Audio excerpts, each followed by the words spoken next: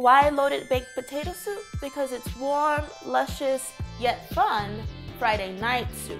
Split pea soup? Thursday. Tomato soup? Wednesday. Loaded baked potato soup? Friday, even if it's Monday. Hey everyone! Potato soup has a soft spot in my heart because it's actually the first recipe I ever cooked by myself as a kid. And this recipe combines the greatness of a loaded baked potato with the warm creaminess of a soup. A fusion, if you will.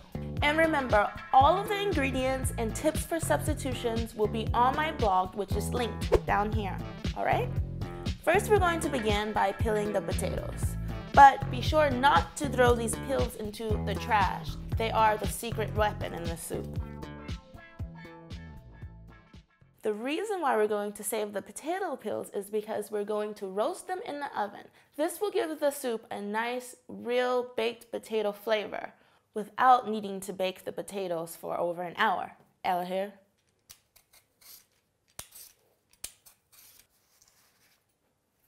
Simply sprinkle in a little salt, drizzle in a little olive oil, and blend. Spread out the potato peels on a baking tray and roast in the oven for about 10 minutes. You want to get them brown, but not too toasty.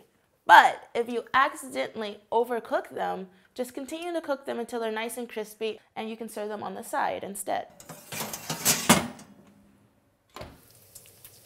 Now is a good time to cook your bacon. A little tip to get really crispy bacon is to first line the pan with the bacon and add a little water. The water will help render out the fat and leave really crispy, nice pieces.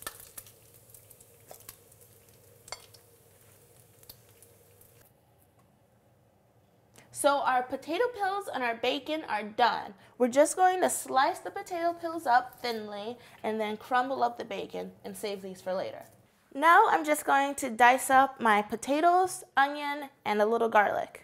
Okay, so I've chopped half of the potatoes into medium-sized chunks and then the other half slightly smaller. This is so while they cook, there will be different textures and a few lumps here, a few chunks there. That's how I like it. And the onion? I'm using a yellow onion because that's what I have. But if you happen to have a leek or purjolök, then that works really well also. And the clove of garlic, because I'm a freak like that. It's totally not necessary. But be sure to go easy. Garlic can overwhelm the flavor of the potatoes, just a little bit. Okay, now that that labor is over, we can get started on our soup at the stove. Now add your butter into the pot, along with your onions, your garlic, and let that soften. You don't need to get it really brown. And it's good to add the thyme at this point because cooking herbs in fat like this helps to pump up their flavor.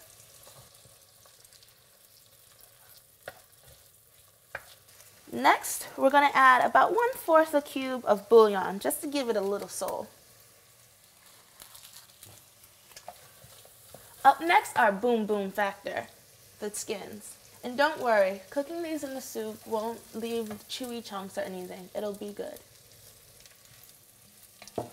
And all our potatoes.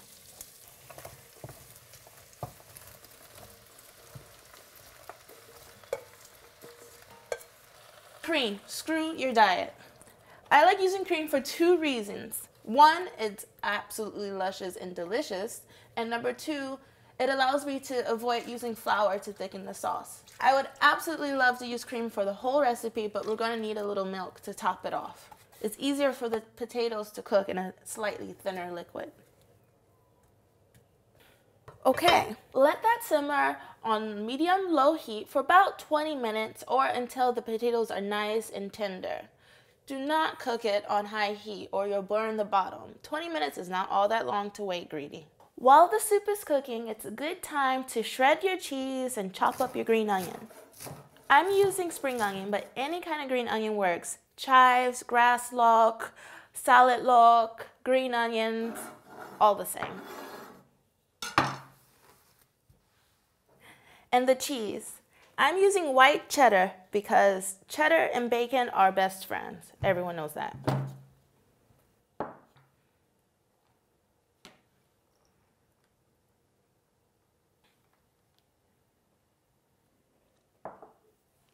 You're gonna want to stir your soup every once in a while. If it's not lightly bubbling, then turn up your heat.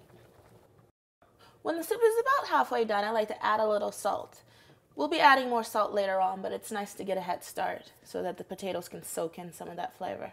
When your potatoes are nice and soft, go ahead and go through them with a quick mash. You can use an immersion blender if you really want it to get nice and smooth, but I like it rough. Then let that cook down for a few more minutes until it's the consistency that you like.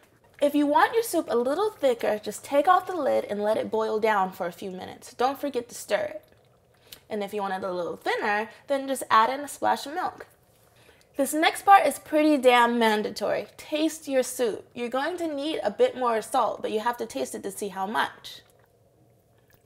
Could use a little more thyme? Go for it. A little white pepper? Good idea. Now the soup is all ready to go. All we have to do is get all of this goodness into a bowl and then throw down.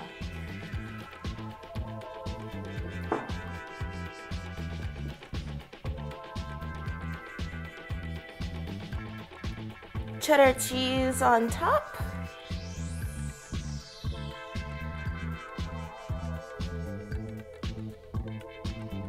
Now our bacon, I love bacon. And finally some onions on top and we're ready to go.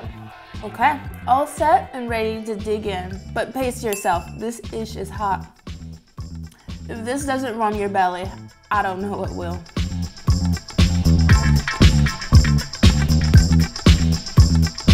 Visit Americulinariska.com for more tips and recipes. Don't forget to subscribe.